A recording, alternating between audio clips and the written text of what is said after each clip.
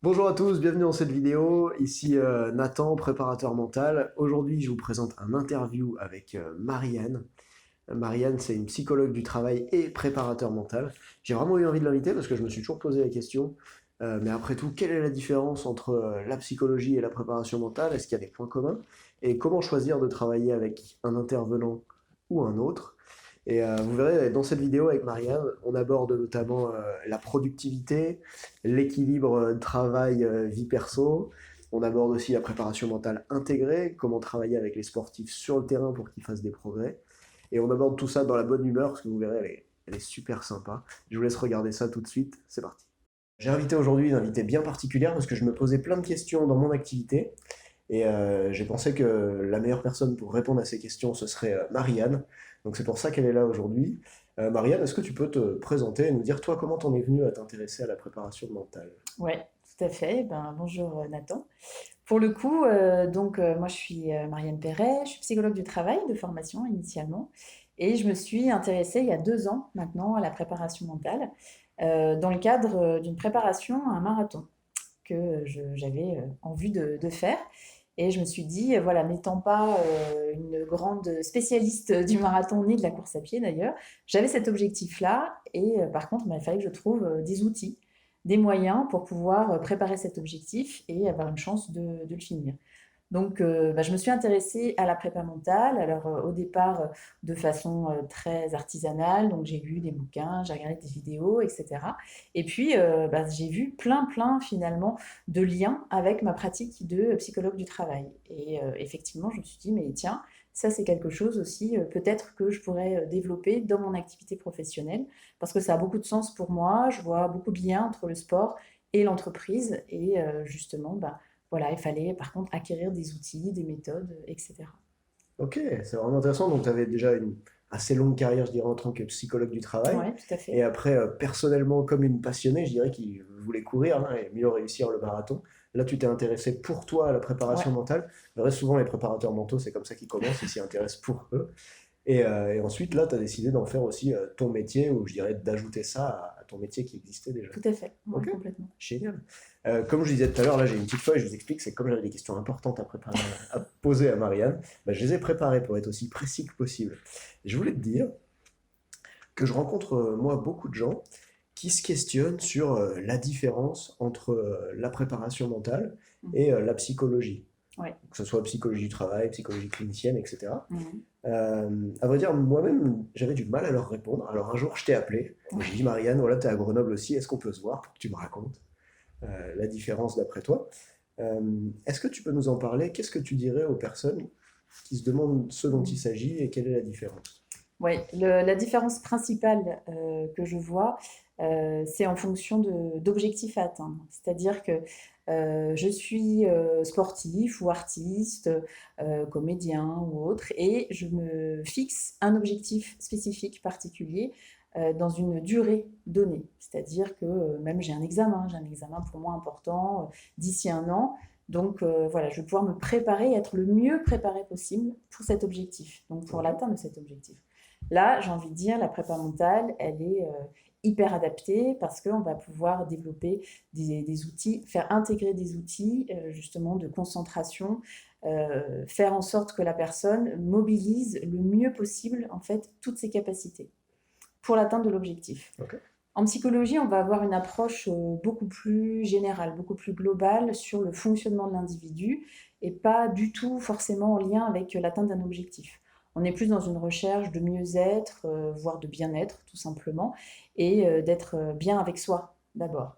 Donc il y a pas cette démarche vraiment de performance, de recherche de la performance, en tous les cas, beaucoup moins. Et elle va être beaucoup moins ciblée qu'en prépa mentale, où là, on est vraiment sur le fait de développer des stratégies volontaristes, en fait, dans l'objectif d'atteindre une performance. Ok, je comprends. Du coup, si je synthétise un peu tout ça, Ouais, comme ça tu vas pouvoir me dire si j'ai bien compris. ouais, On a d'un côté la préparation mentale qui s'adresse plutôt à des gens qui viendraient te voir avec un objectif particulier ouais, de performance. oui, Bien sûr, on parle aussi d'entrepreneurs sur cette chaîne et bien sûr. les entrepreneurs, ils ont des objectifs de performance, que ce soit en termes de temps pour soi, de chiffre d'affaires, de Mhm. réseau client, etc. Développement d'activité, Développement d'activité, ils ont bien plein sûr. d'objectifs. Donc ça, ce serait un côté préparation mentale quand ils arrivent avec quelque chose d'assez précis en Oui, tête. ouais, Pourtant, souvent, on va passer du temps quand même à redéfinir l'objectif pour qu'il soit le plus utile ouais, possible. bien Tu es sûr, d'accord avec ça? bien sûr. Et on a cette autre partie de gens qui viendraient plutôt, eux, en psychologie du travail. Oui. Et qu'est-ce qu'ils souhaitent? Est-ce que tu peux synthétiser ça? Pour le coup, les personnes qui vont venir dans une démarche de psychologie du travail, c'est beaucoup plus un cheminement qu'ils vont avoir à faire, mais ils viennent avec une problématique, c'est-à-dire au Ok. départ, quelque chose pose problème. Est-ce que tu auras un exemple d'intervention que tu as pu faire? Je vais prendre un exemple tout simple et très récent. Mhm. J'ai une jeune femme, il y a peu de temps, qui vient me voir en me disant, bah voilà, j'ai une problématique, c'est en entretien d'embauche, quand je passe mes entretiens d'embauche, en fait, ça fonctionne jamais. Je me sens compétente pour le poste auquel je postule. Donc ça, c'est pas la question, c'est pas le problème. Je pense que j'ai les savoir-faire, le savoir-être qui va bien, etc., les compétences nécessaires. Et pour autant, ça marche pas. Donc là, pour le coup, avec cette problématique-là, j'ai deux options. Effectivement, soit de le regarder versus prépa mentale en se disant, bah voilà, alors comment on peut finalement améliorer tout son potentiel pour pouvoir atteindre C'est l'objectif, à ça que j'allais penser. voilà, d'embauche. Et puis il y a une autre approche qui n'est pas excluante, mais qui peut être complémentaire, de dire plus en psychologie, qu'est-ce qui fait que ça bloque? Pourquoi ça bloque? Donc la grosse différence que je vais faire, c'est finalement en psycho, on va être beaucoup sur le pourquoi, Ok. alors qu'en prépa mentale, on va être sur le comment. Et ça, pour moi, cette question-là, elle est fondamentale. C'est en fonction de à quelle question on veut répondre, eh bien, j'aurai l'orientation qui va se dessiner soit en prépa mentale, soit en psychologie du travail. Ok. Ça, c'est super clair pour moi et c'est vrai que c'est quelque chose que j'utilise aussi assez souvent. Cette question du comment, là, pour moi, c'est comment ça se passe quand ça se passe pour toi actuellement. Prenons ton exemple. Comment ça se passe cet entretien d'embauche auquel tu n'obtiens pas le résultat que tu voudrais? Ah bah, je me sens particulièrement stressé, j'arrive, je pense que je vais pas y arriver. Dans leurs yeux, je vois que j'ai pas l'air de leur plaire, c'est ce que je pense, hein. Et puis ensuite, on passe sur comment je peux transformer ça Oui, pour passer de l'état présent, la situation qui ne va pas, c'est ça, à l'état désiré, c'est l'état ça. futur qui me convient. Et C'est tu as ça? souhaité, exactement. Ok, Ouais. bon, bah, super, on s'est bien compris là-dessus, hein. Allez, on continue. Question suivante, qui va toujours dans le sens de la question précédente d'ailleurs. D'après toi, à quelle durée on peut s'attendre Ouais. quand on rencontre un préparateur mental ou un psychologue du travail Mm. pour obtenir un résultat souhaité? Et est-ce que la durée du travail va être différente si on s'adresse à l'un des intervenants ou à l'autre? Ouais. À une partie de toi ou à l'autre peut-être? Ouais, c'est ça. Euh, je dirais que tout dépend de la définition de l'objectif au départ et de la clarté de l'objectif. Quand on va être en préparation mentale, on est souvent sur un objectif extrêmement bien défini, même si on va le retravailler au départ, c'est sûr, au début de l'accompagnement, mais quand même, assez vite, on va aller sur l'objectif souhaité. Et ce qui veut dire que, je ne sais pas, entre 5 et 10 séances, on va pouvoir assez rapidement et concrètement voir des évolutions, voir des résultats tangibles. Ok. En psycho, on va avoir très souvent toute une première partie d'accompagnement à faire sur je vais pas bien ou j'ai un problème et donc déjà il faut que je puisse aller mieux pour pouvoir ensuite avoir éventuellement un objectif positif à atteindre, une évolution positive. Donc il y a déjà cette première partie à régler sur j'arrive, je vais pas bien ou j'ai un problème. L'objectif c'est de pouvoir dans un premier temps comment on va dire, Comprendre pourquoi. comprendre pourquoi et puis retrouver une situation d'équilibre. Ok. Ça, c'est fondamental pour pouvoir ensuite imaginer aller vers autre chose et passer à l'action pour être dans un nouvel état positif. Donc il y a toute cette première partie en fonction, j'ai envie de dire, de l'état de la personne quand elle arrive et notamment de son niveau de mal-être et puis de ses résistances qui va être plus ou moins long. Donc là, c'est difficile de répondre à ta question comme ça dans l'absolu, parce que ça dépendra vraiment beaucoup de la personne et de son état de départ en Ça fait. marche. Mm. Pas de problème, c'est ok pour moi et j'espère que ça l'est aussi pour vous, que ce soit parfois difficile de répondre aux questions. L'avantage, c'est qu'on est dans un métier où c'est pas forcément 1 plus 1 égale 2 C'est ça. et il y a un peu de conception. D'ailleurs, quand tu es psychologue du travail, tu peux t'intéresser à certaines techniques de préparation Ouais, mentale. Et inversement, moi, ça m'arrive de lire des choses en psychologie alors que je suis préparateur mental, ça bien m'arrive sûr. même assez régulièrement. Mm. Et je pense que c'est important, mais du coup, cet échange-là, aujourd'hui, il a du sens par rapport à ça. On a pas mal parlé de travail. Oui, J'aimerais bien qu'on parle un petit peu des sportifs avant de revenir au travail tout à l'heure. Je sais que toi, quelque chose que tu aimes beaucoup faire, tu m'en as parlé, oui, c'est d'aller sur le terrain pour suivre des sportifs que tu entraînes. ouais. Je crois que tu fais ça en compétition, peut-être même à l'entraînement aussi. Est-ce que tu peux nous en parler et nous Ouais. dire ce que ça apporte d'après toi? Parce que je crois que les psychologues du travail, ils restent dans leur bureau, entre guillemets, Oui, et les prépes mentaux, eux, ils en vont général. en plein air. Alors comment Ouais. ça se passe? Pour le coup, en fait, c'est un choix que j'ai fait dans mon activité de prépa mentale pour pouvoir vraiment comprendre le sport et qu'est-ce qui se passait pour le sportif. Notamment sur des sports que je connaissais pas du tout. Ok. Je vais prendre un exemple, enfin même deux, je vais prendre le tennis et le golf. Ouais. J'ai été amenée à suivre donc un jeune qui faisait du tennis et puis qui avait besoin de travailler son service, par exemple. Et puis voilà un golfeur adulte qui lui, pour le coup, avait besoin aussi de travailler toute sa mise en jambe, enfin vraiment le départ de son parcours. Bon, quand il m'en parlait, oui, j'avais une idée, j'avais une représentation de ce que ça pouvait être, à quoi ça pouvait correspondre, etc. Ok. Mais je sentais bien qu'il me manquait quelque chose et qu'il me manquait notamment de les voir euh, être en action. Pour que déjà je perçoive ce qu'il me racontait en fait dans le discours. Ouais. Et j'avais besoin des images en fait, d'avoir les images voilà, qui viennent se croiser avec le discours. Ok. Et je leur ai dit aux deux, je leur ai dit, bah, ok, je comprends ce que vous me dites intellectuellement, mais j'aimerais voir, pour voir si effectivement la représentation que je me fais, c'est bien ça que j'observe sur le terrain.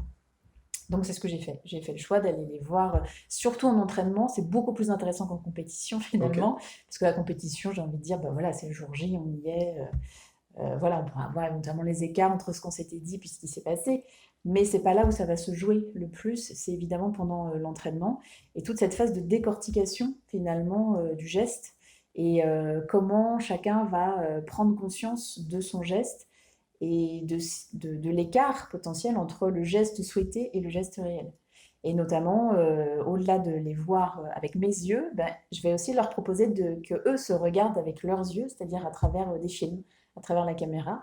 Ça veut dire que je vais les filmer Ok. et puis ils vont se voir ensuite en action. Puis c'est un support, ce support vidéo, on va pouvoir l'utiliser notamment pour débriefer et voir si eux ont une représentation juste justement de leurs actes, de leurs mouvements, etc. D'accord, super. C'est vrai que quand tu regardes la vidéo comme ça, tu peux aussi leur remontrer la vidéo après et dire, tiens, mais qu'est-ce qui se passait dans ta tête à ce moment-là? Exactement. Et c'est là qu'on aborde une habileté mentale que nous, dans le jargon, on appelle le discours interne. Oui, tout à fait. Mm. Et ça, c'est super intéressant. J'aimerais moi donner un exemple aussi de quelque chose que j'ai pu faire comme ça. Toi, tu me dis que tu es allé à l'entraînement surtout pour voir comment ça se passait. Oui. Et c'est génial de voir qu'il y a des intervenants qui, quand ils se disent, tiens, mais je connais pas trop la discipline, je vais aller sur le terrain. Mm. Et c'est avec des intervenants comme ça qu'on recommande de travailler, d'ailleurs, des gens qui sortent un peu de leur zone de confort pour aller apprendre plus. Et ben, moi, sur le terrain, j'ai aussi fait des séances de prépa mentale qu'on appelle intégrées. Mhm. C'est des séances pendant lesquelles on va mettre en place quelque chose, du travail, pour essayer de changer ce qui se passe. Je te donne un exemple qui m'est arrivé récemment. Mhm. Une fille que j'entraînais en VTT, d'ailleurs, on aura bientôt un interview avec elle. Ok. Une fille que j'entraînais en VTT trial. Ouais. Et vous savez, tu sais, le trial, c'est les franchissements qu'il y a à faire avec le vélo. Ouais. Et on est allé s'entraîner sur le terrain. Et là, le but, c'était, avant par exemple de démarrer son action, qui durait finalement une petite dizaine de secondes, c'était de se mettre dans un état bien particulier. Alors peut-être Mhm. un état de relâchement ou un état de concentration. Et avec elle en particulier, de modifier le discours interne. C'est la petite voix qu'on a à l'intérieur de la tête, là, ce qu'on se raconte à soi-même. Mhm. Elle, quand je l'ai rencontrée, elle avait une petite voix qui lui disait, putain, mais t'as rien à foutre ici, tu devrais aller te cacher, de toute façon tu réussiras pas. Et on a essayé en modifiant ça d'obtenir des résultats différents. Et ce qui est génial avec le terrain, c'est qu'on s'en aperçoit tout de suite. Mm. Ça crée une modification tout de suite. Toi, c'est quelque chose que tu as pu expérimenter Ah aussi. oui, complètement. Ouais, ouais, ouais. Notamment sur ce que tu dis, le discours interne ou les routines qu'on met en place avant l'exécution du geste. Et là, le résultat, il est immédiat et c'est visible tout de suite. Et on peut le partager tout de suite avec le sportif, voilà, sur l'instant. Et ça permet d'ancrer aussi ce positif-là tout de suite. Ouais, ça, les routines, c'est génial pour Mm. les gens qui se questionnent sur les outils qu'on utilise en prépa Ouais. mentale. La routine, c'est un outil qui revient quand même très souvent Mm. et qui pourtant doit être individualisé, Ouais, même s'il est spécifique. spécifique à tout le Mm. monde. Top. Et ben, je continue avec une question suivante, je dirais. Vas-y. J'entraîne personnellement beaucoup de jeunes entrepreneurs Oui, qui ont une entreprise individuelle. Donc, oui. des jeunes entre 19 et 30 ans qui lancent leur boîte. Mm. Et c'est intéressant parce que j'ai toujours cet échange avec eux. Ils se plaignent soit de pas être assez productifs, ils veulent Oui. en faire plus, en faire plus, en faire plus, Mhm. et plus en moins de temps. Bah, tant qu'à faire. C'est ça la productivité. Soit d'être débordés de travail, Ouais. mais ils prétendent ne pas pouvoir faire autrement, ou Mm. que c'est normal pour développer leur activité. Qu'est-ce que toi t'en penses de ça? Je suis très intéressé à avoir le regard d'une psychologue du travail sur ce fonctionnement. Ouais, alors, j'allais dire, mon avis, en fait, il va être lié à la notion de recherche d'équilibre de l'individu. Ok. Ça veut dire que pour moi, il n'y a pas de bonne façon de faire ou de mauvaise façon de faire. Il y a une façon de faire adaptée à chacun. C'est-à-dire que ce qui est toujours important de mon point de vue, c'est de garder la notion d'équilibre pour soi. Donc, ça veut dire que je suis conscient que si m'investis plus, voire je me surinvestis dans mon activité de travail, en soi, pourquoi pas? Il n'y a pas de souci avec ça. Par contre, si ça a un coût, est-ce que je suis en capacité de mesurer le coût que ça a pour moi? Ok. Et donc, est-ce que je tire suffisamment de bénéfices à ce surinvestissement par rapport à ce que ça me coûte ou pas?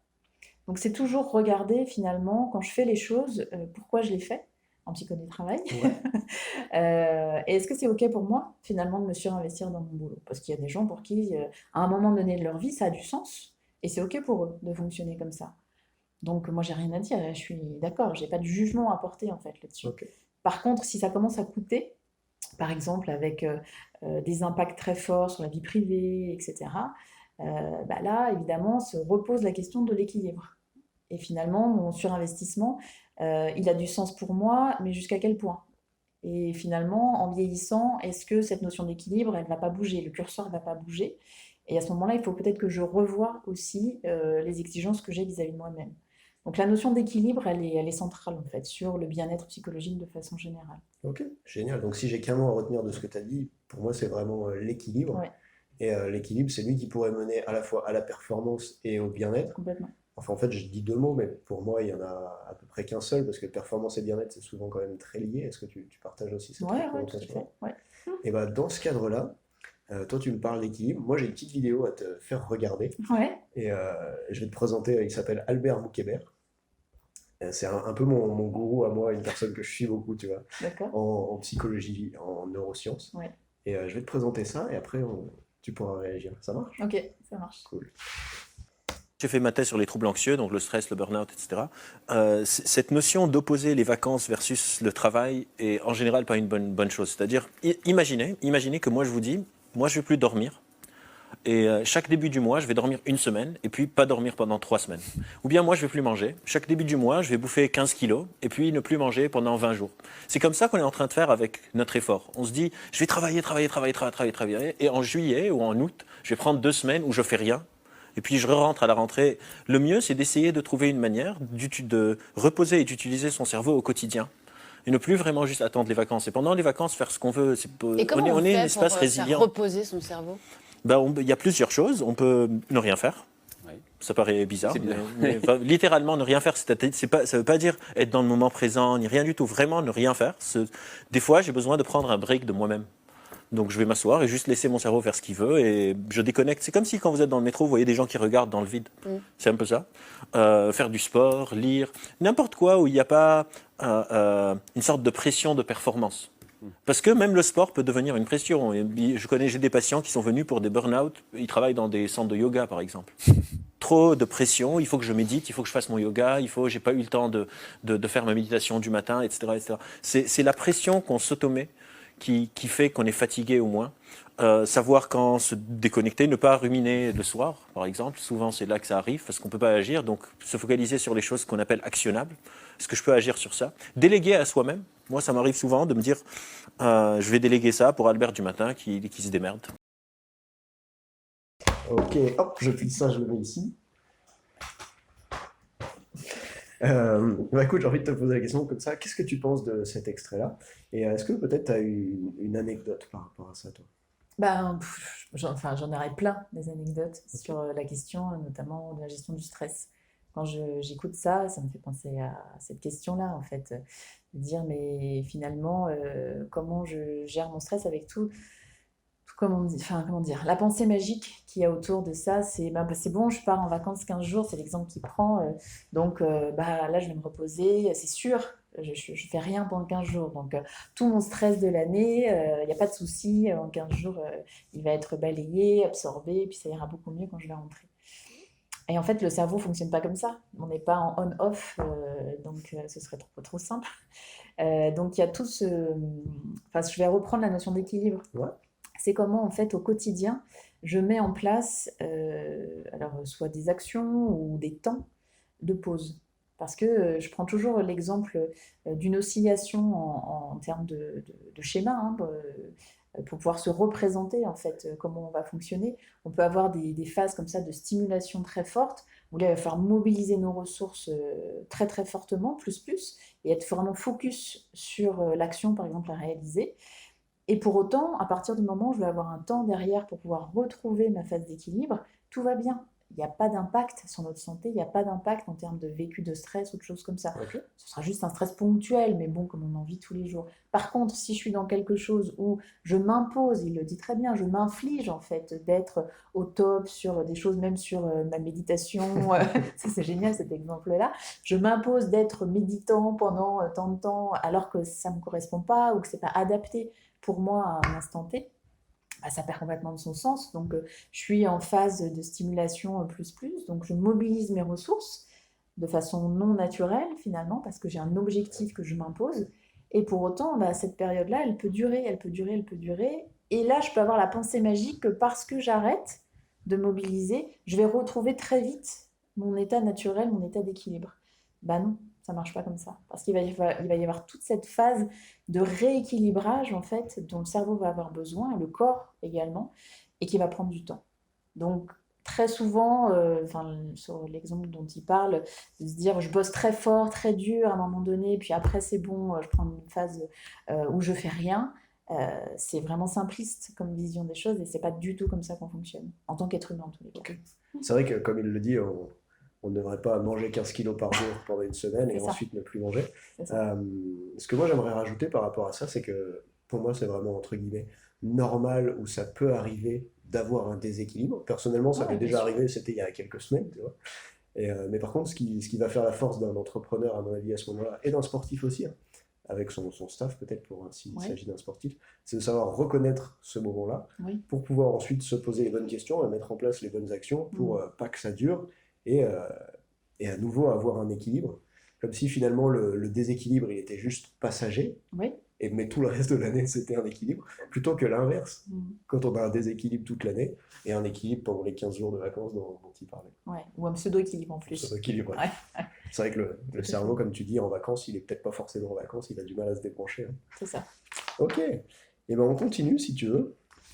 Euh, Souvent, je rencontre des personnes qui me disent je veux travailler seul mon mental, je veux voir si j'en suis capable par moi-même. Je me demande des fois si ça vient un peu de la culture américaine du self-made man, tu sais, Ouais. des gens qui veulent vraiment progresser par eux-mêmes, et je trouve ça super. Mhm. Et en même temps, j'ai envie de te demander à toi, qu'est-ce que tu penses de ça, du fait de vouloir travailler son mental seul? Mhm. Est-ce que tu penses que c'est possible de travailler seul son mental?